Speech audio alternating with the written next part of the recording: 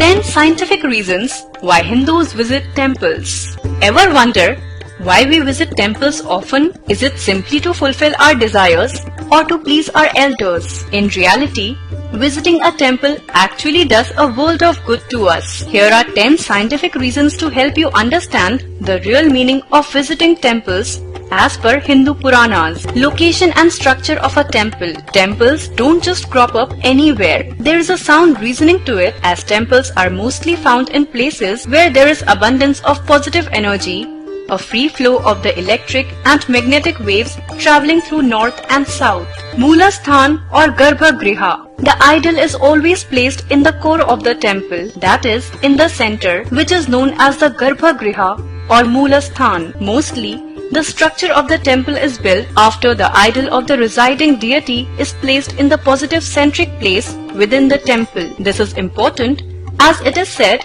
that at the Moolasthana, the earth's magnetic waves are known to be extreme. Why you need to leave your footwear outside the temple? In the ancient times, the floor of the temple was known to be a good conductor of the positive energy, and this energy would pass on to devotees through their feet. Hence, it was important to enter the temple bare feet.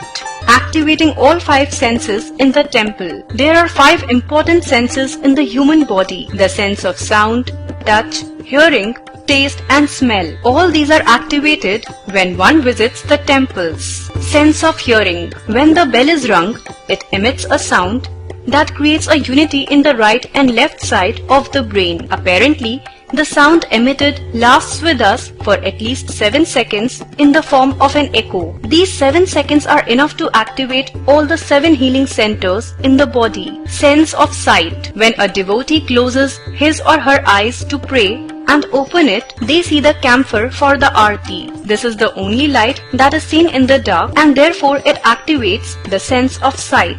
Sense of touch. Our hands are warm after we take the aarti, and then when we touch our eyes, this warmth ensures that our sense of touch is activated. Sense of smell. The combination of flowers, camphor, incense sticks, etc. create a strong essence and activate the sense of smell. Sense of taste. This Charnamrit is kept in a copper vessel. According to Ayurveda, water from a copper vessel helps balance the 3 doshas in the body.